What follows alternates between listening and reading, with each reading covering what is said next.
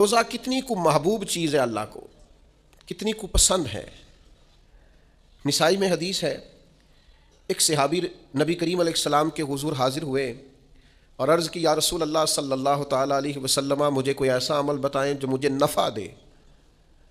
مطلق اعمال میں سے جتنے بھی اعمال موجود ہیں اللہ کی رضا کے لیے کرنے والے، ان میں سے اس نے کسی عمل کا انہوں نے سوال کیا۔ عرض گزار ہوئے، یا رسول اللہ صلی اللہ تعالیٰ علیہ وسلم، کوئی عمل بتائیں جو مجھے نفع دے۔ تو اللہ کے حبیب علیہ السلام نے فرمایا، روزہ رکھ، اس کی مثل دوسرا کوئی عمل نہیں ہے۔ روزہ اتنا بڑا عمل ہے انسان کو نفع دینے والا، مسلمان کو فائدہ پہنچانے والا، کہ اس جیسا دوسرا کوئی عمل یہ حدیث میں حضور علیہ السلام نے بیان کی۔ اب روزہ اتنی بڑی سعادت ہے، اور کرنا کیا ہے؟ اللہ کے حکم سے کھانا پینا ہے۔ جس وقت اس نے کھانے سے روک دیا اس وقت رک جانا ہے، جس وقت اجازت دی ہے اس وقت کھا لینا ہے، لیکن نفع اتنا ہوگا کہ حضور فرماتے ہیں اس جیسا دوسرا عمل ہی کوئی نہیں۔ اتنا فائدہ مند کام ہے۔ روزے بڑی غنیمت ہے۔ رمضان المبارک کا مہینہ بڑی سعادت ہے۔ آپ اندازہ فرمائیے کہ نبی پاک علیہ السلام نے حضرت سلمان فارسی رضی اللہ تعالیٰ عنہ فرماتے ہیں، رمضان سے ایک دن پہلے خطبہ دیا تھا باقاعدہ، اور ہمیں حضور نے رمضان کی عظمتوں سے آگاہ کیا تھا۔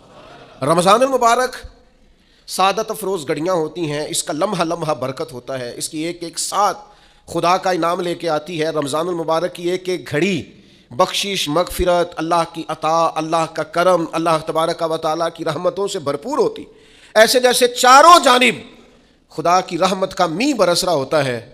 بس جن کی جھولیاں پھیلی ہوئی ہوں گی اور جن کے دامن کھلے ہوئے ہوں گے، وہ اپنے دامن رحمت الہی سے بھرپور کر لیں گے۔ لیکن سادی سی بات ہے بھائی، جو آدمی سویا رہے، غافل رہے، اٹھ کے اپنے کمرے کا دروازہ ہی نہ کھولے، تو سورج جتنا مرضی چمک رہا ہو اسے کوئی فائدہ حاصل ہوتا نہیں، اسے کوئی روشنی نصیب ہوتی نہیں، کیونکہ وہ تو اٹھا ہی نہیں، جاگا ہی نہیں، بیدار ہی نہیں ہوا۔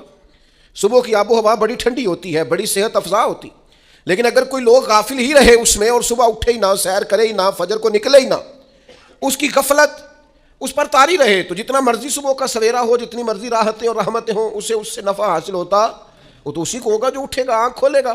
تو اچھی طرح سمجھ لیجئے گا، رمضان المبارک کی سعادتیں اتنی بڑی ہیں، برکتیں اتنی زیادہ ہیں، کہ حضور علیہ السلام نے فرمایا، نفل کا ثواب فرض کے برابر، فرض کا ثواب 70 گنا بڑھا کے دیا جائے گا۔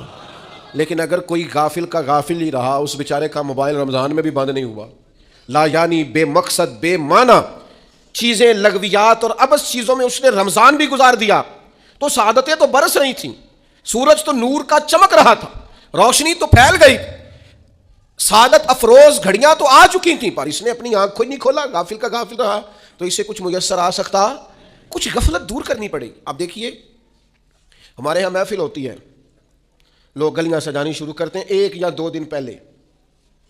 کسی گھر میں شادی ہوتی ہے تو لوگ گھر کا آنگن، صحن، چھت اور سامنے والی دیوار سجانا شروع کرتے ہیں 2-3 دن پہلے، اس سے زیادہ نہیں۔ بڑی خاص بھی کوئی محفل ہو تو 1-8 دن پہلے لائٹنگ لوگ کرتے ہیں، کہ پتہ چلے یہاں ذکر رسالت مآب صلی اللہ تعالیٰ علیہ وسلم کیا جائے گا، اور یہاں حضور کے تذکار کیے جائیں گے۔